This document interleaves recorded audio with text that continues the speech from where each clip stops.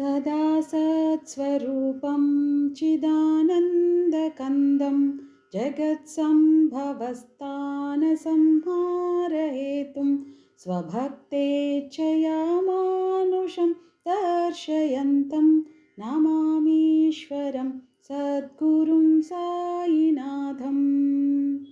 भवध्वान्तविध्वंसमार्ताण्डमीड्यं मनोवागतीतं मुनिर्ध्यानगम्यं जगद्व्यापकं निर्मलं निर्गुणं त्वां नमामीश्वरं सद्गुरुं साईनाथम्।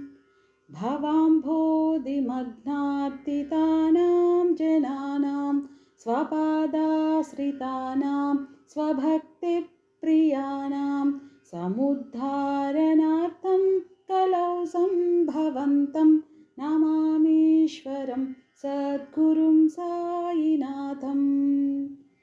सदा निम्बवृक्षस्य मूलाधिवासात् सुधास्राविणं तिक्तमप्यप्रियन्तं तरुं कल्पवृक्षाधिकं साधयन्तं नमामीश्वरं सद्गुरुं साईनाथम्।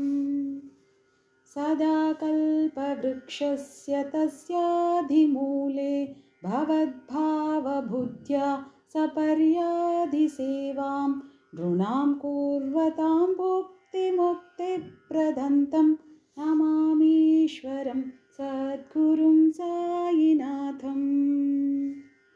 अनेकाश्रुतातर्क्यलीलाविलासै समाविष्कृतेषान् भास्वत्प्रभावम् अहं भावहीनं प्रसन्नात्मभावं नमामीश्वरं सद्गुरुं साईनाथम्। सतां विश्रमाराममेवाभिरामं सदा सज्जनैः संस्तुतं सन्नमद्भिः जनामोददं भक्तभद्रप्रदन्तं नमामीश्वरं सद्गुरुं साईनाथम्। अजन्माद्यमेकं परब्रह्म साक्षात् स्वयं सम्भवं राममेवावतीर्णं भवद्दर्शनात् सम्पुनीतः प्रभोऽहं नमामीश्वरं सद्गुरुं साईनाथं। नमामीश्वरं सद्गुरुं साईनाथं।